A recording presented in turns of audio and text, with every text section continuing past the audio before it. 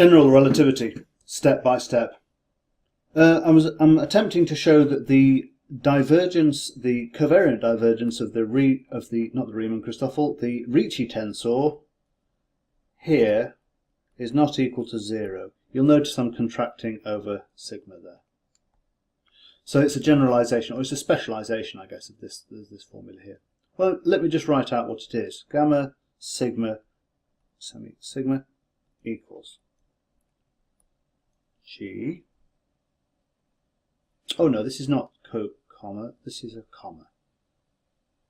It's not a semicolon, it's a comma. Beta gamma, just copying from here. G nu sigma, G alpha mu, times R alpha beta mu nu. Start again, alpha beta mu nu, comma, and where I did write delta here, I meant a sigma here. So that's summed over a whole bunch of stuff. So the gamma is the free index, which I'll write sigma. The gamma is the free index, which I'll write in red, just so you can see where it is. It's there and there, I think it is. Let's see if I can do that. There we go, gamma. And everything else is summed. All the black indices are just summed. Their range is 0 to 4. 0, 1, 2, 3, I'm sorry.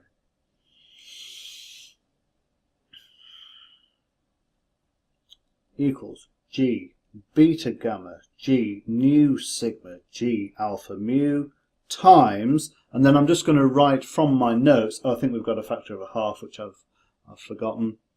I'm just going to expand this term here in a local inertial frame in which the Christoffel symbols are 0.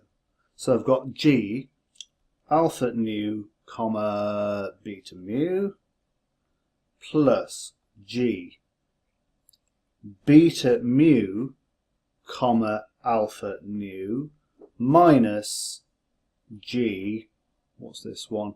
Just copying from my notes here, comma beta nu. No one can remember all this.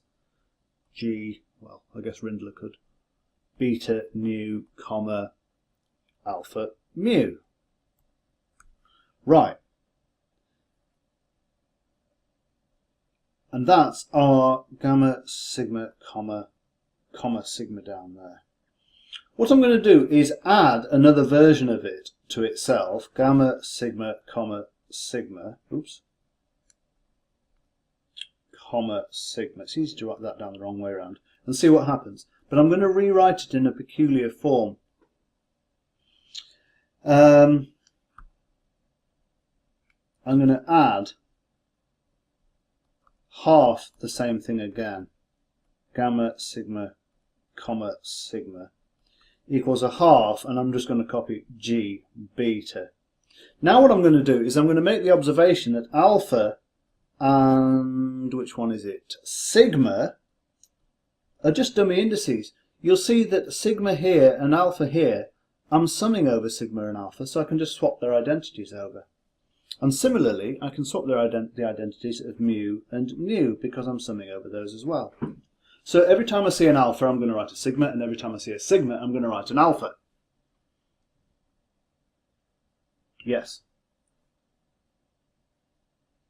But gammas stay the same. So that this term here is unaltered. But this one changes. Nu goes to mu, and sigma goes to alpha.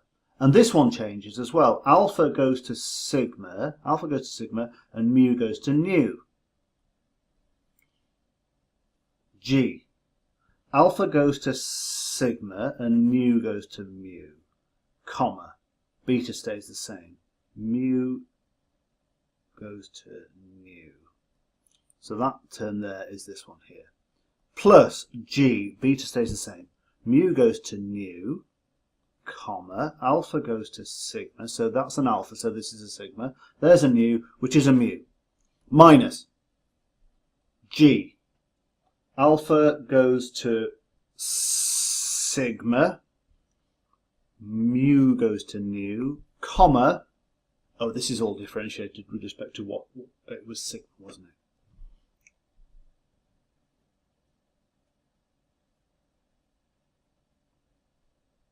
it? Yeah.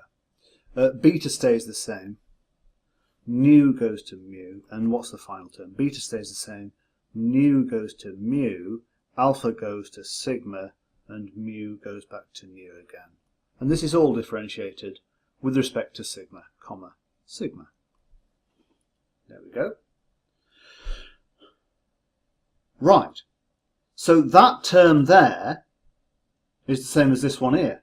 And that term there is the same as that one there. So it factorises. And now I can do some cancelling, I think. That term there cancels with... Actually, it's not obvious. What I'm going to do is I'm going to ignore the factor there and just look at what's happening in the bracket terms. So the bracketed term...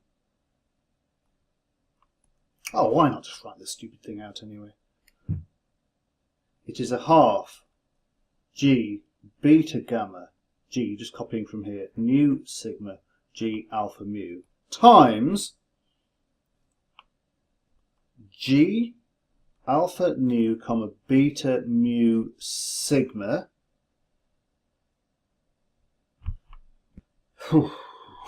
Myself tangled up here. I've realised that I've forgotten to do this thing here. Let's just put that right. The reason I spotted it was that let me just get rid of that again. I'll put it as a sigma. I've got a repeated index in 2 downstairs positions, and that can't be right.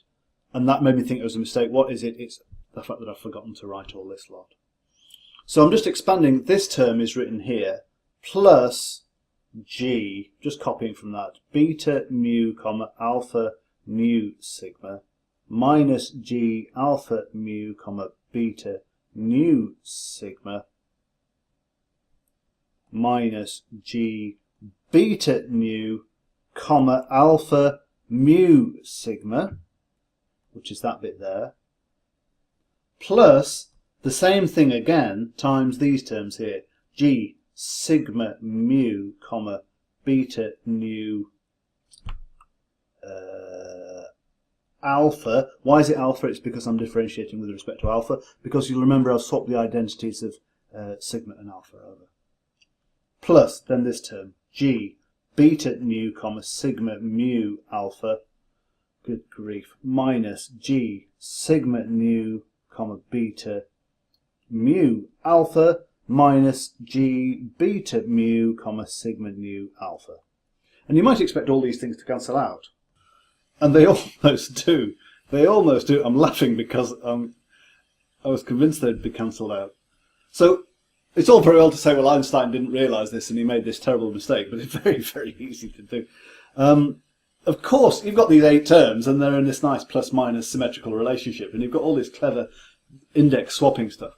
And you spot that that term cancels out with this one here. I know we've got alpha nu sigma and we've got sigma nu alpha, but that's okay because the order of the differentiation changes.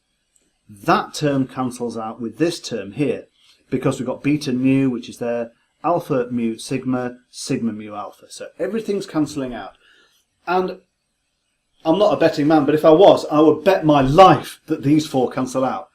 And they don't. They don't. Look. No, they don't cancel. Look. If we look at this term here, oh, I'm in red. Better change that to black. Look at that term there. There's a sigma. You're differentiating with respect to x sigma.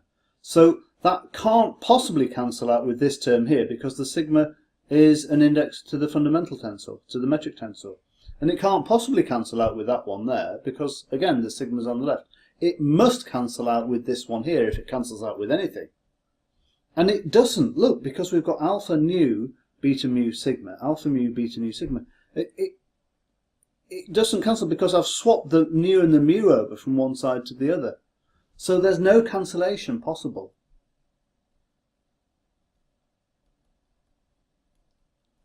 So, as far as the mathematics is concerned, what I've shown is that the Ricci tensor R, what did I have as indices? I can't quite remember now. Oh, there they are. Gamma sigma. Gamma sigma comma sigma in general is not equal to 0. So we had as a candidate field equation, a candidate field equation was R alpha beta equals some constant, which I'll come back to, times T alpha beta. Not true. It's not true because if I take the covariant divergence, we would have this. And this equals 0, and this is not equal to 0. So we have ruled out the Ricci tensor as a left-hand side for the Einstein field equations.